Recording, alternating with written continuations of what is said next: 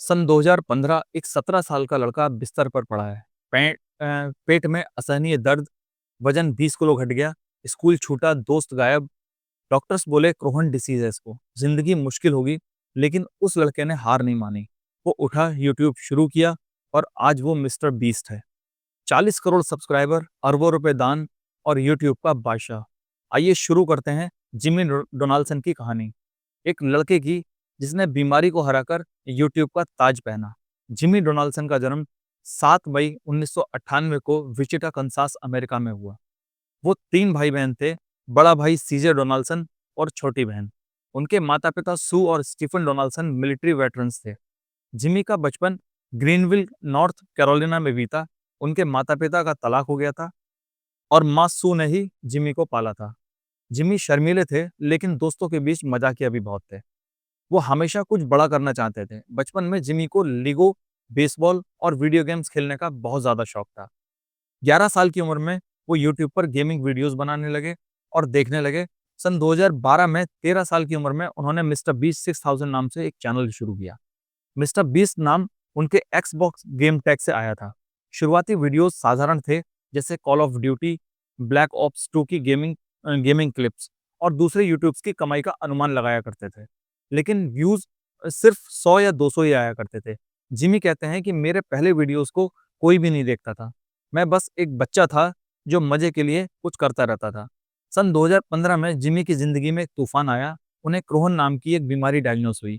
एक ऐसी बीमारी जिसमें पेट में सूजन और असहनीय दर्द होता था। जिमी कई महीनों तक बिस्तर पर पड़े रहे। उनका वजन 70 किलो से 50 किलो रह गया था, 20 किलो वजन घट गया था। स्कूल छूट गया, दोस्तों से मिलना बंद हो गया। वो कहते हैं कि मैं सोचता था कि क्या मैं कभी नॉर्मल जिंदगी जी पाऊंगा। लेकिन इस बीमारी ने जिमी को तोड़ा नहीं बल्कि बना दिया। वो बिस्तर पर लेटे लेटे यूट्यूब एल्गोरिदम स्टडी करने लगे और वो घंटों घंटों घंटों दोस्तों फोन पर दोस्तों से वायरल वीडियोस की बातें किया करते थे। उनकी माँ सू ने उनका हौसला बढ़ाया। वो कहती थी, जिमी तुम जो चाहे वो कर सकते हो। सन 2016 में जिमी ने ग्रीनविल क्रिश्चियन एकेडमी से ग्रेजुएशन किया और ईस्ट कैरोलिना यूनिवर्सिटी में दाखिला लिया।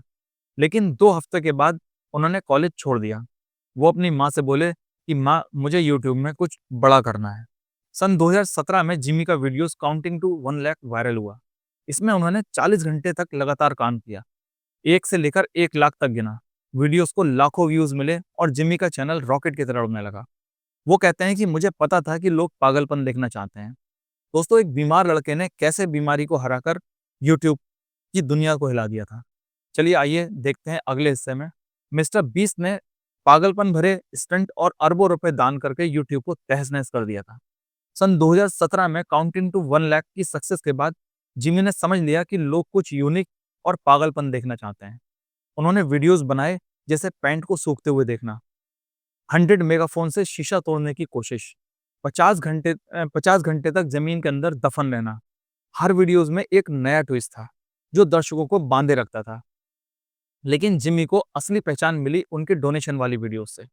सन 2017 में उन्होंने एक बेघर व्यक्ति को $10,000 दान किए थे। ये वीडियो काफी वायरल हुआ। जिमी ने ब्रांड्स से स्पॉन्सरशिप लेकर के पैसे जुटाए और दान करना शुरू कर दिया। वो कहते हैं कि मैंने सोचा कि अगर मैं ब्रांड का पैसा दान करूं तो वीडियो और ज्यादा हिट होगी और उससे मिले पैसों से और ज्यादा दान करूंगा।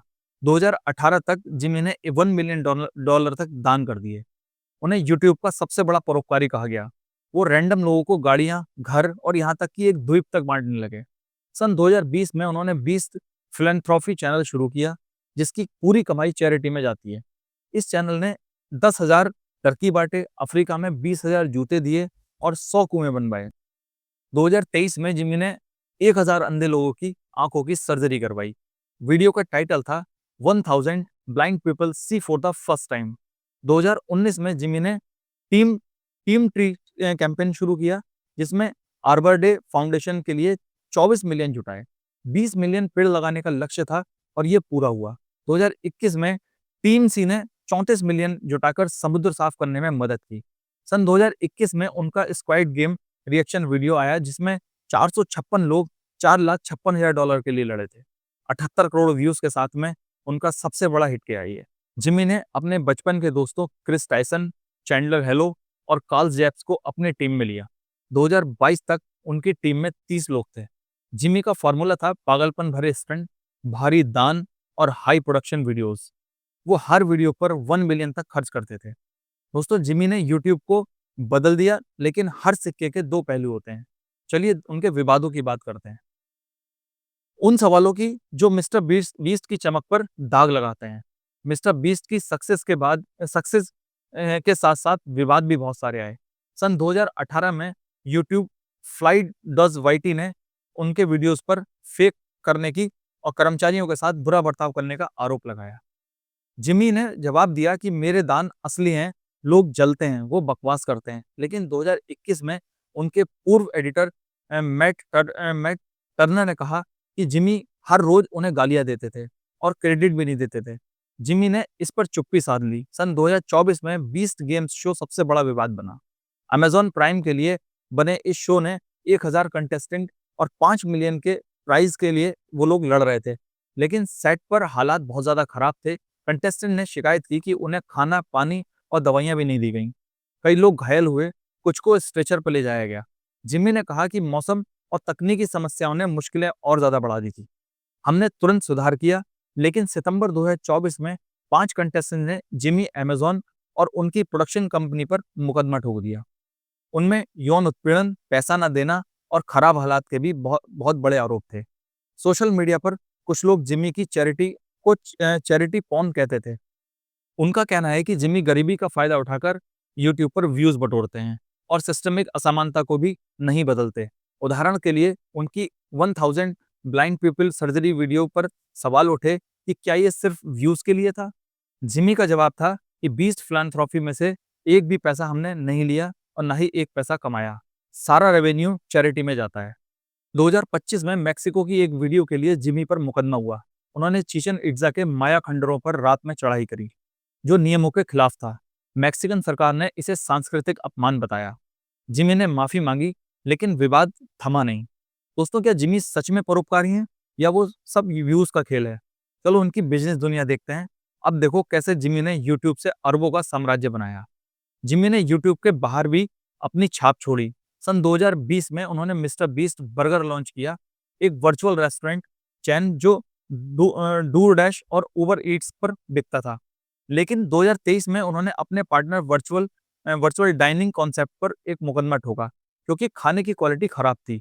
उसी साल उन्होंने फीस्टेबल चॉकलेट ब्रांड शुरू किए, जो वॉलमार्ट और टारगेट जैसे 20,000 स्टोर्स में बिकता है। 2023 में उन्होंने लोगन पॉल और केएसआई के साथ लॉन्चली किया, जो लॉन्चेबल का हेल्दी वर्जन है। 2024 में जिमी का चैनल टी सीरीज को पछाड़कर यूट्यूब का सबसे बड़ा सब्सक्राइब चैनल बना।